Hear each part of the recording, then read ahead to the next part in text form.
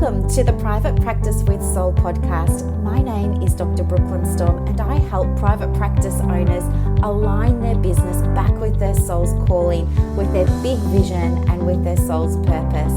Unlike other private practice coaches, I've traveled the world in search of spiritual resources, spiritual tools, education and information so that you can have the transformation that your soul desires and needs so that you can up-level your business. How much fun is this? I love it so much. Guys, if you're not already a member of the Private Practice Monthly Mentorship Group, please check out the show notes. I would love for you to be there. In the meantime, thank you so much for pushing play today. Let's begin. Good morning, everybody. Welcome to another episode of the Private Practice with Soul podcast. I'm your host, Dr. Brooklyn Storme. So pleased to have you here. Thank you for pushing play on another episode to all the loyal listeners. And of course, welcome to all of the newbies that are listening. I hope you love this podcast as much as I love creating it for you. So I'm just going to dive right in today. It might be a bit of a shorter episode for you, but super duper fun because you know what?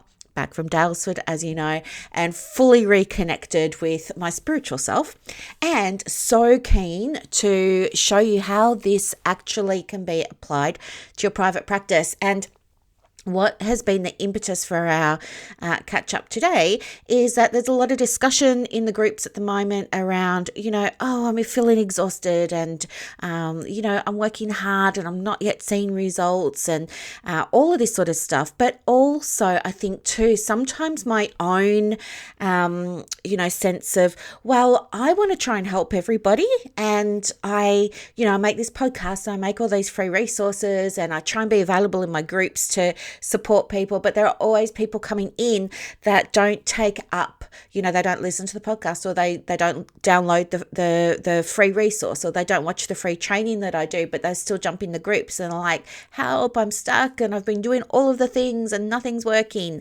And you know what? I just think if all of those things are there and you're choosing not to use them, you want the quick answer. If you want to jump in a group and ask, hey, do you know what? I am not committed enough to my business to watch a 10-minute video or to download and apply that free resource. I can absolutely tell you with 100% certainty that you're going to struggle in your practice, because without attending, giving your attention, putting your focus onto what's there and the solutions, you are only going to see obstacles. And we've gone into this before, so I won't belabor the point, but you will continue to see more of what you're giving your attention to. And I think when you ask people questions, it's always helpful to get different perspectives. I'm in a mastermind, I ask questions all the time, but at the end of the day, I consume the content as well, and I have a go at things, and then I will jump into groups and say, hey, I've had a go at this. What do you think? So really important if you want to get ahead in your private practice, that you take advantage of all of the good stuff that's being provided free of charge to you, if cost is the issue. But the other thing that I sometimes hear, well, actually not sometimes, but a lot of the time I hear that, it's such a big effort and I'm trying so hard and I'm not seeing the results and things like that. So I thought today we would have a quick discussion about what's called the law of least effort. I know, right? Do you love it? I love this stuff so much. And the reason that I want to do this is to show you that running a private practice gets to be easy. I tell this to my coaching clients all the time.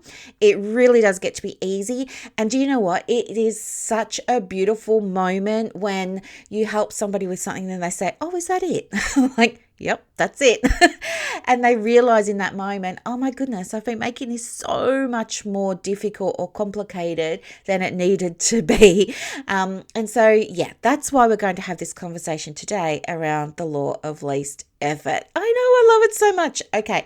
And you are going to love this too, because those of you who are open to this stuff, and I assume most of you are, because it's called Private Practice with Soul, right?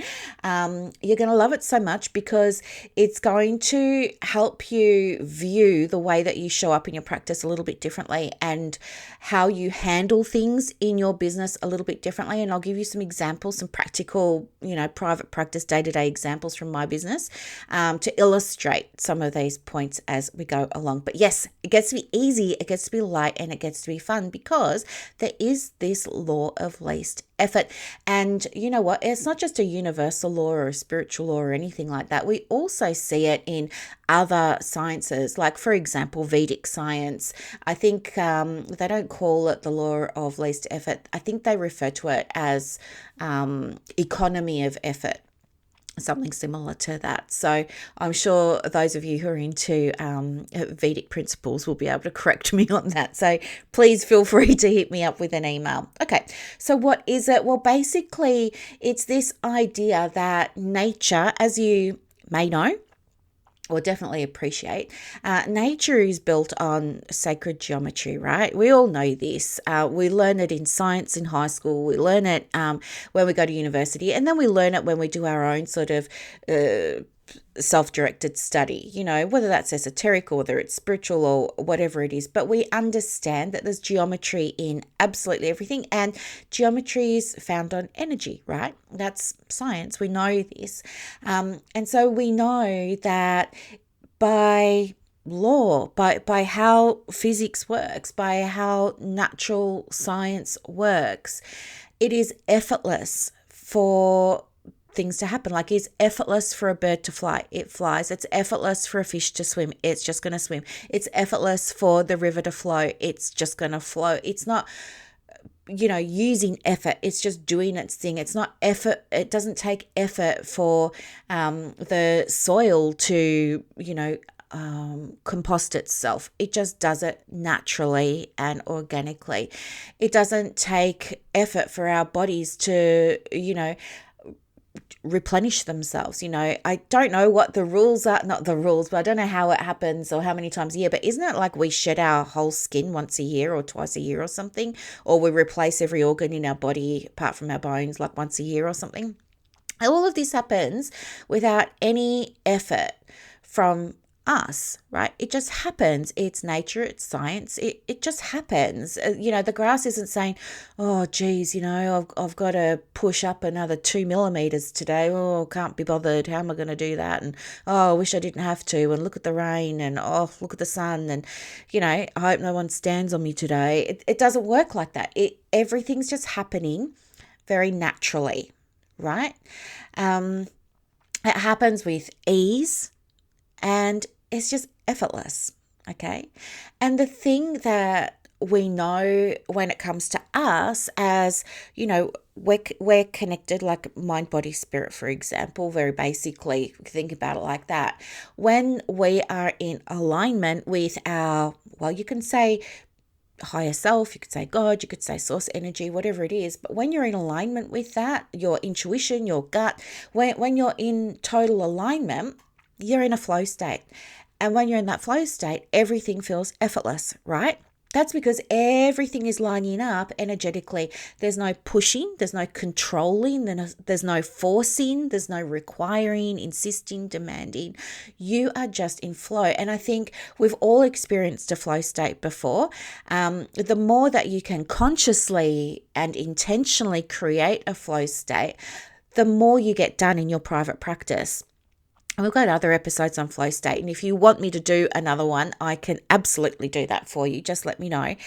But, I can recall when I was in a flow state over Christmas, and some of you may remember this, but I wrote 52 emails. I created them all in Canva.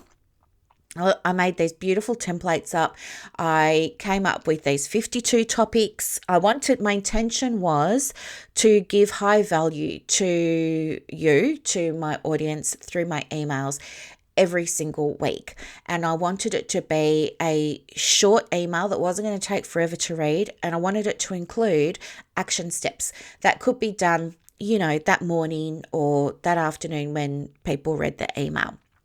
And I wanted to, make people excited to open them and everything. And I was in this flow state and I came up with, like 60 topics. I created a template in Canva.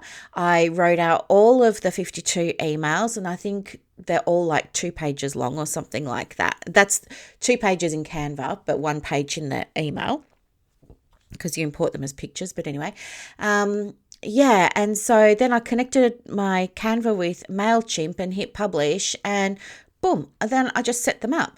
I set them up to go out one every week for 52 weeks. And they go out every Monday, and they're amazing. And people write back to me and they say, oh my gosh, this was so helpful. Thank you. I can't wait for next week's email. And I don't even remember what I've put. Like we're in the start of April. I couldn't tell you what's in next Monday's email, but what I can tell you is when I sat down and I came up with all those email ideas for my content, and I designed the email and I wrote them all out and I published every one individually to Canva, and then I from Canva to MailChimp, and then I set them up as this workflow. The whole thing took me an afternoon. It took me an afternoon, and it was just so easy to do. But if you asked me this morning, hey, can you come up with 52 ideas and write 52 emails with lots of action steps and set them up in your workflow so you never have to worry about them for the rest of the year? Do you know what? Just the thought of that would make me go, oh, really? But anyway, you get my point. When we're in a flow state, we are more productive and more efficient. And that's why it's important for private practice. And I'm going to teach you some action steps at the end of this podcast to help you with that as well. Again, like just coming back to Vedic principles and Vedic science, they talk about economy of effort in terms of being able to do less and receive more. Doing less and seeing more benefits, doing less and being more productive, doing less and accomplishing more. And again, it's this achievement of being, productive through alignment. Okay. And the thing to remember is, I know for many of us, our default is when things aren't working out in our private practice, maybe we're trying to find more referrals or get more bookings or get more traffic over to our website. When that's not happening, for many of us, our default is to do more. Oh, well, I better do more. I'm not getting any inquiries from Facebook and Instagram, so I'm going to jump in a group and ask, where else can I go to find clients? And I'm going to make more work for myself rather than improving the platforms I'm already on. I'm just going to go off on a tangent over there and add something else to my to-do list, and I'm going to put a lot of effort into that. You know what I mean? But the reality is, when we're in total alignment, there isn't a beginning and an end. There's not a start and an end, right? It's all non-linear. So it looks like, to me, that feminine flow, where you don't come in with a plan and say, hey, I'm going to do this today. When you're in alignment, you get inspired to do something. It might not be working on your referrals. You might get inspired to create your emails or record a podcast or something like that. So it's non-linear. It's guided by what feels right in the moment, and it's guided by what would feel the easiest, most joyful thing for you to do. Okay. The energy of flow is one that's really nourishing, really nurturing, joyful, fun. And you know what? Sometimes when you're in your flow, depending on what you're doing, you can experience almost a state of, calm or bliss. Maybe even both, okay? And the way that we expand that flow state once we're in it is we expand that out through generating thoughts around love, through generating thoughts around appreciation, through generating thoughts around kindness, because those thoughts will lead to feelings, right? And those feelings create energy, and that energy of those 3 things, like gratitude and kindness and appreciation, will raise your vibration even higher and can sustain a flow state for you, right? Make the work even more enjoyable, make you even more efficient, make you even more productive. And yes, even if you have ADD like I do, you can still experience a flow state, right? It's not a problem. You can absolutely do it. But you have to remember that when you're wanting to cultivate that flow state, it means that you're disconnected from ego, right? So you're not even thinking about yourself. You are thinking about your clients, for example. You're thinking about, what do my clients really need to hear from me right now? How can I help my clients? How do they need me to show up for them today? Where are they struggling? Do I have something in my toolbox that I can give them that's going to solve a challenge or a problem for them? Like, how can I provide something for them that's really going to take something off their plate today? So it's not about you, you're not saying, oh, I'm worried if I do a Facebook Live, everybody's going to hate me and judge me and troll me and stuff like that. You're not in that. You are not in your head, you are in your heart. And that's the difference. When you want to create and embody the energy of the law of least effort, and you want to actually see if you can do this, you want to see if you can do less and receive more, it will require you to release ego and operate from your heart space. Okay, that's a skill. I know it takes time. Okay, the other thing too to understand is that there's this belief, and I'm sure many of you have heard this before and maybe subscribe to it, but there's a belief that our body is the vehicle for our energy. Our body, and again, we know this, don't we, from science and stuff like that, but our body is really good at generating energy. For example, I have started Noom lately. Noom, N for nut, OOM for Mary.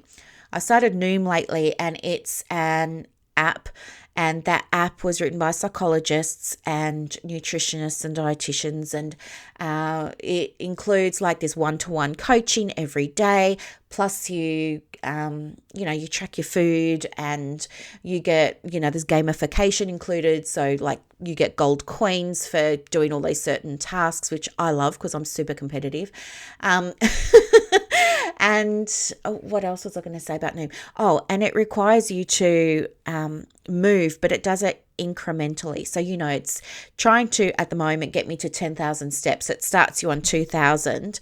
And if you can get that 2,000 steps on that day, you don't have to, but if you do, then it will add 300 to the next day. So the next day, your goal is to get 2,300 steps. And if you do that, it will add another 300 for the next day, and so on until you hit the 10,000. And so it's by, what I've noticed is that when I first realized, oh my gosh, I've got to do 2,000 steps, in my head, I was like, how am I going to do that? And where am I going to find the time? And I'm so busy, and this is going to be hard. And, I can't remember the last time I did 2,000 steps in one go.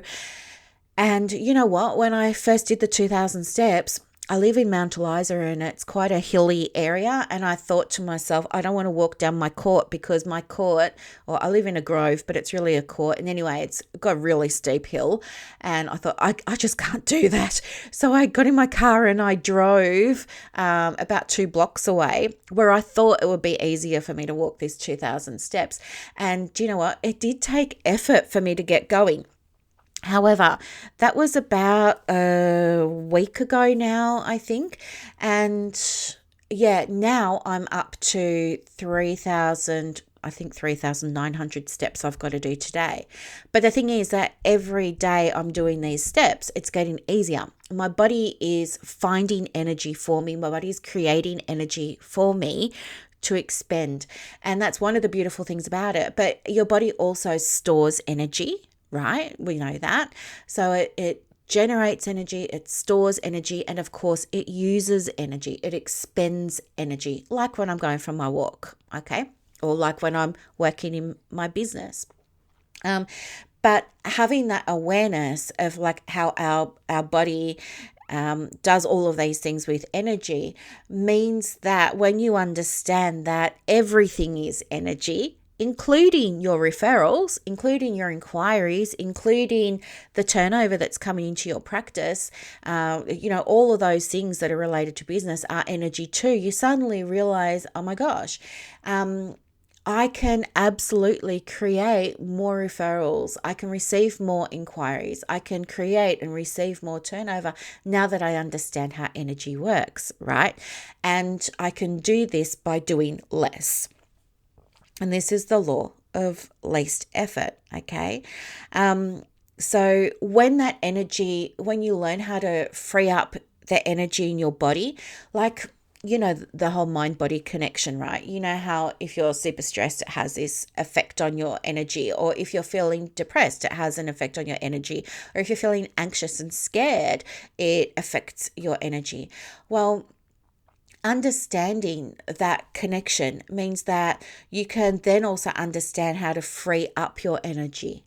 And that's what I was alluding to before when I was saying, like, when we're in our heads, we're not in that flow state and we are pushing, we are exerting energy, we are, persuading, convincing, trying, efforting. We're doing all of those things when we're operating from ego. But when we operate from heart, all that energy is freed up, right? And that's how you can do more things, operating from your heart space, okay? And there are 3 steps. Now, you might want to get your pen if you don't have one already. If not, maybe screenshot where the podcast is up to now and come back to it a bit later. But there are 3 steps that you can implement today that can help prepare you and ready you to start taking your foot off the accelerator so that you can slow yourself down.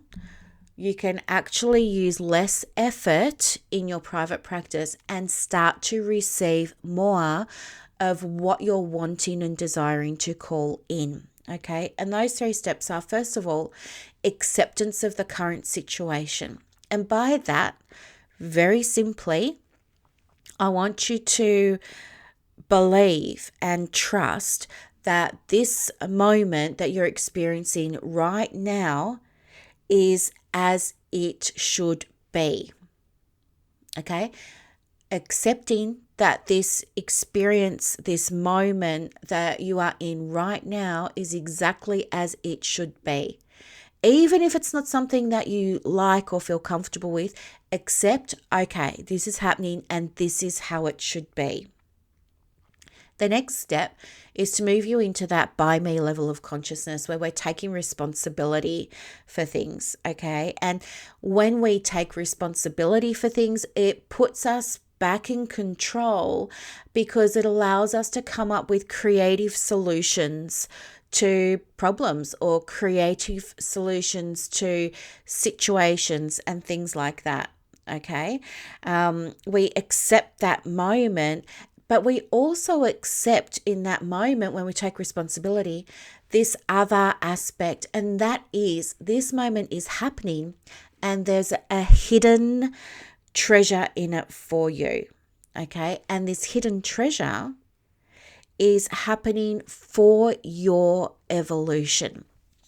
So this situation you're in right now, even though it's uncomfortable, even though you don't like it, even though you want something different, accept that it's happening and it's happening the right way that it needs to for you right now.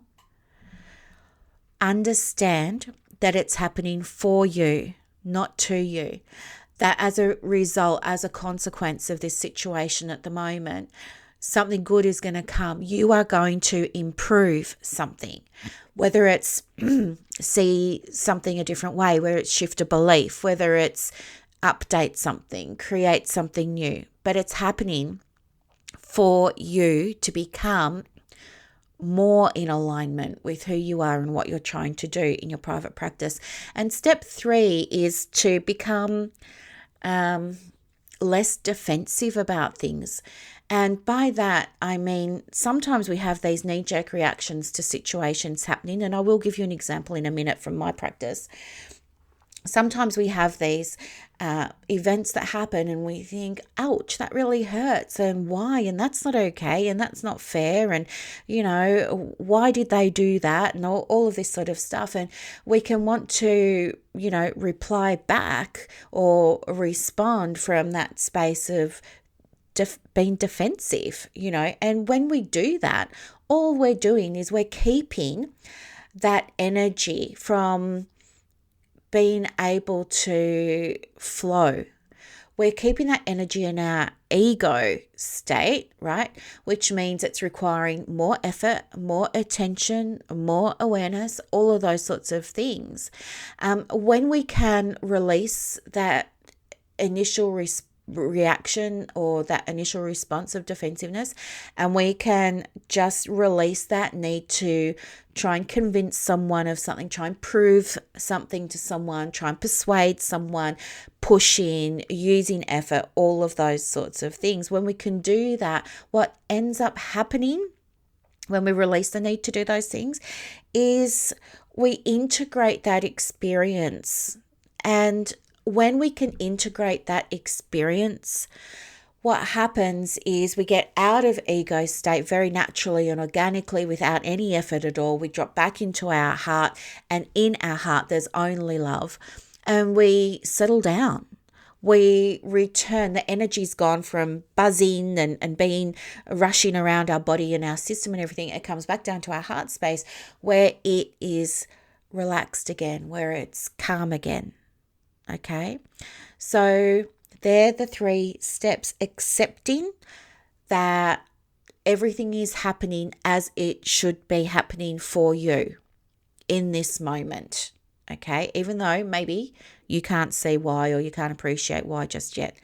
Step 2, look at your role in it, take responsibility for it, find a solution or a way out, and understand that what's happened has happened for you, for your personal, spiritual, energetic, whatever you want to call it, evolution. Okay, it's for you to up level. And then the last one is let go of the need to push, convince, persuade, use effort. Let go of that. Allow yourself to integrate the lesson. It's by integrating the lesson that you transmute the energy of, I told you this was a spiritual episode. It's when you are able then to transmute the energy and take it from something that's quite stressful and anxiety inducing to something that's very calming and expansive. We take it from being restrictive to expansive.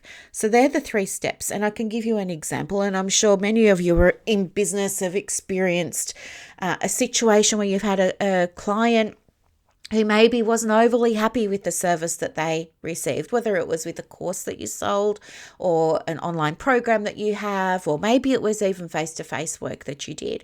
I want you to have a think about how you handled that situation and what came up for you in that moment, and really journal it out. I know it might be a bit raw and it might be a bit hard to look at, but I want you to have an experience of seeing the situation through the lens of the law of least effort. And I want you to revisit it and look at, in reflection, can I accept that moment was happening for me? Even though it caught me off guard and I was super stressed and anxious, can I look back and see that moment happened for me? Can I look back and see how I took responsibility for it and what the hidden lesson was? And can I look back and see how I was able to then integrate that lesson? Okay, so for me, I'm just trying to think of an example to share with you.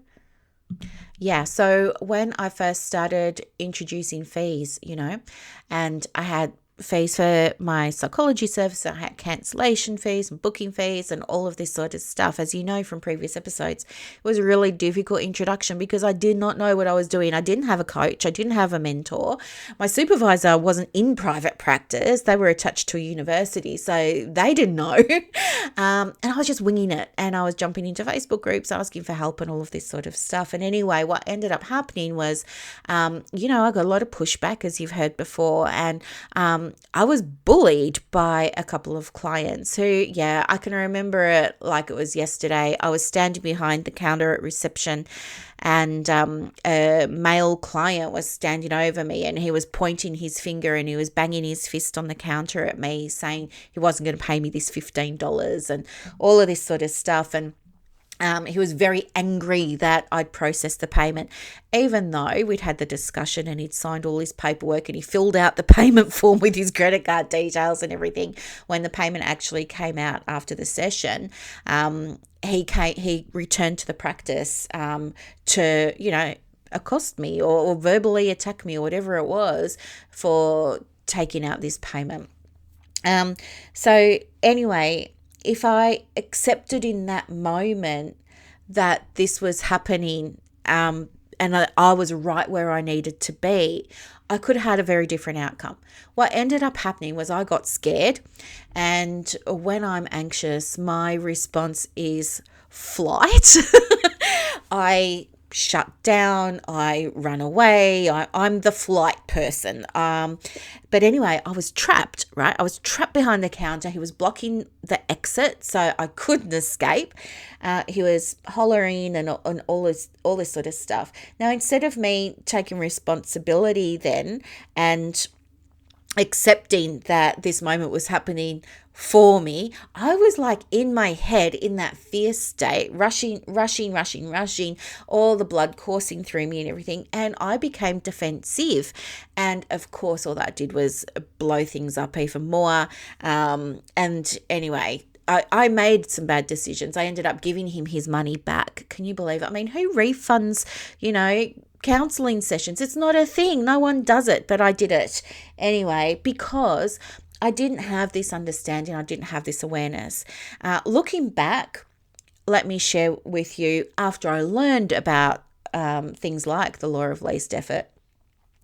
Had I accepted in that moment, had I been able to have the presence and the wherewithal to breathe for a moment, to put a boundary in place, and to accept, okay, I'm not going to struggle here. I'm going to let this moment unfold. I'm going to let him say what he needs to say.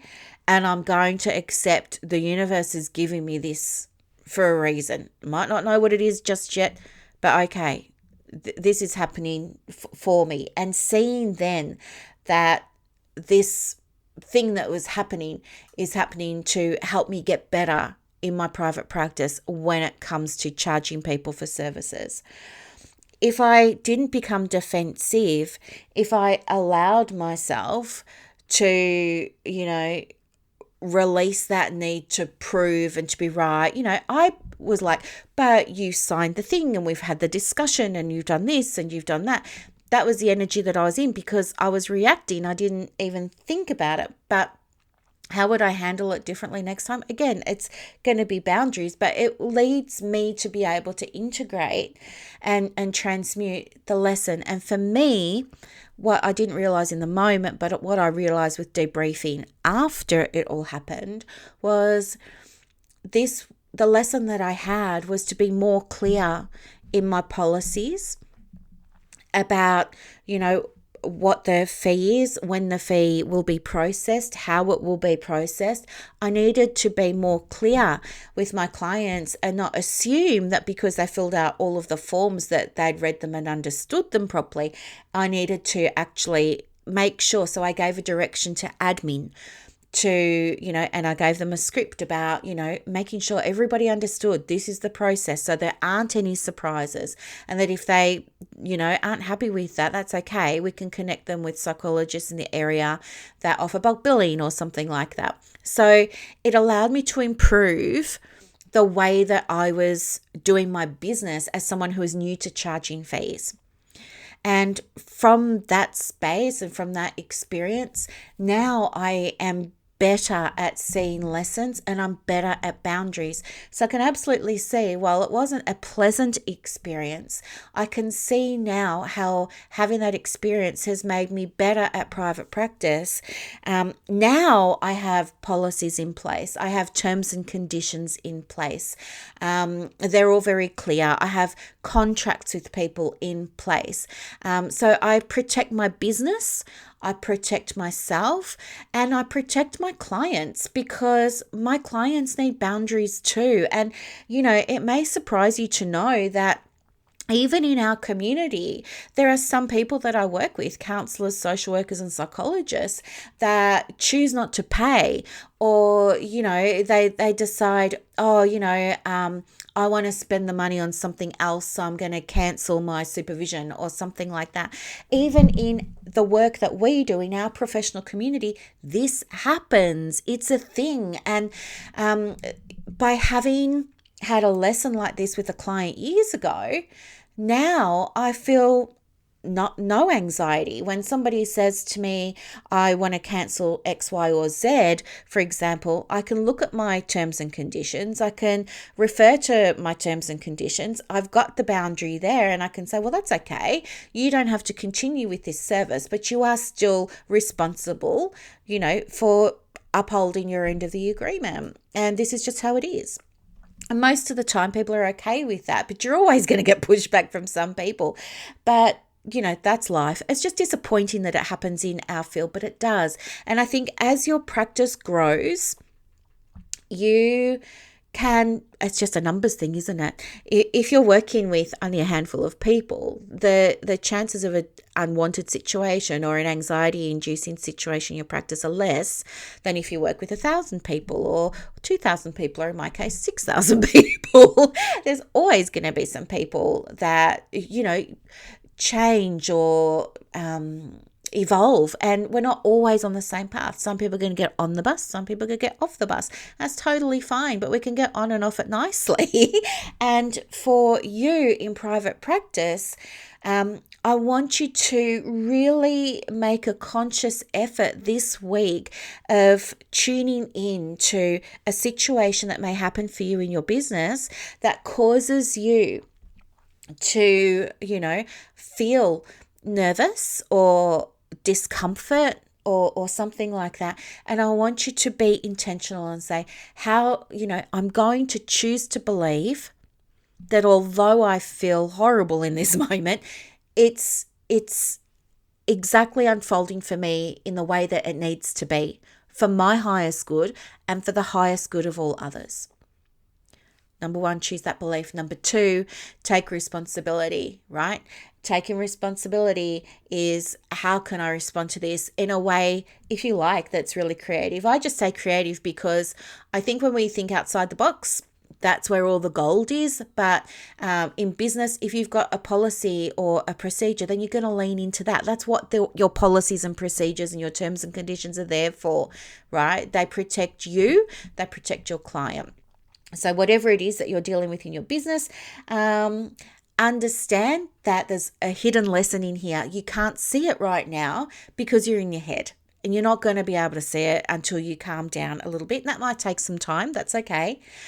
But drop the need to be defensive, okay? Catch yourself before you hit reply to the nasty email, before you hit reply to the nasty comment, before you respond to the person on the phone that's blowing off steam, give yourself time. Say to those people, I'll get back to you in 24 hours.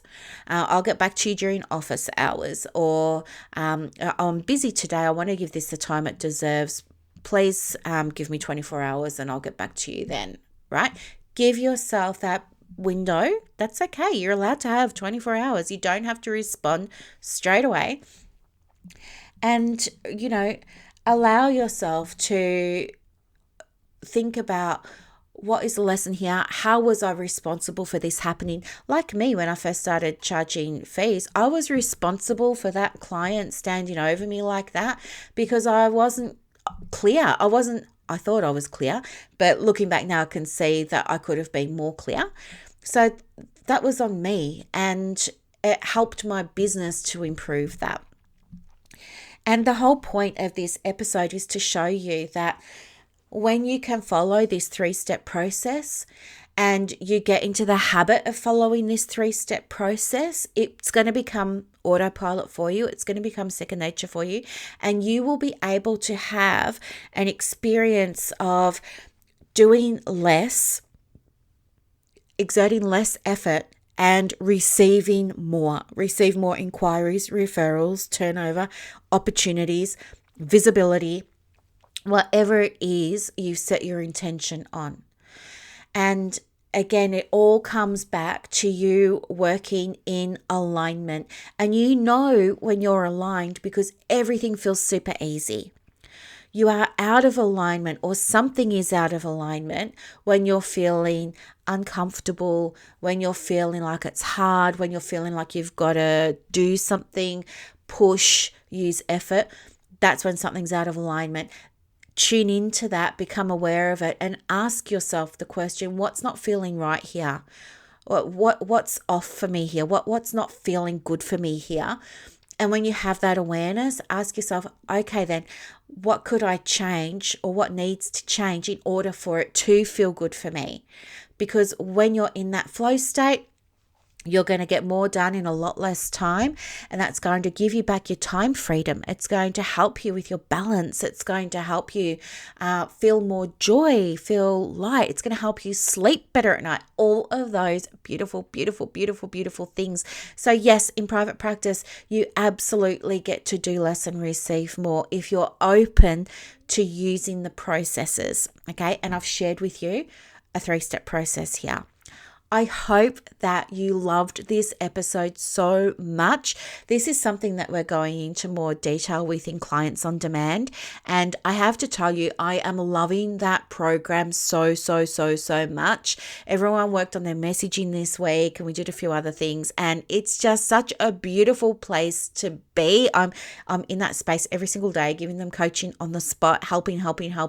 And I'm so excited because their next module drops tomorrow, and it's on some mindset and spirituality stuff for their private practice.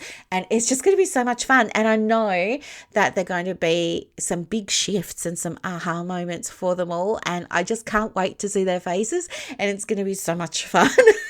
I love it so much. I want to know what you're doing in your private practice too. So feel free to let me know in our groups, or send me an email. My details are always in the show notes. I hope you loved this episode. Thank you so much for listening. But enjoy doing less and receiving more in your private practice. Okay, bye everybody.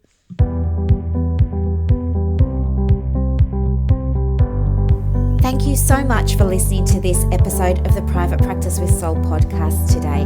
If you're looking for clarity, if you need help with branding, your processes, and bringing everything into alignment with your soul's purpose for your private practice, head to the show notes and click the link for more information about the Private Practice Monthly Mentorship Group. You are going to love it. I can't wait to see you in there. Thanks so much for listening. Bye.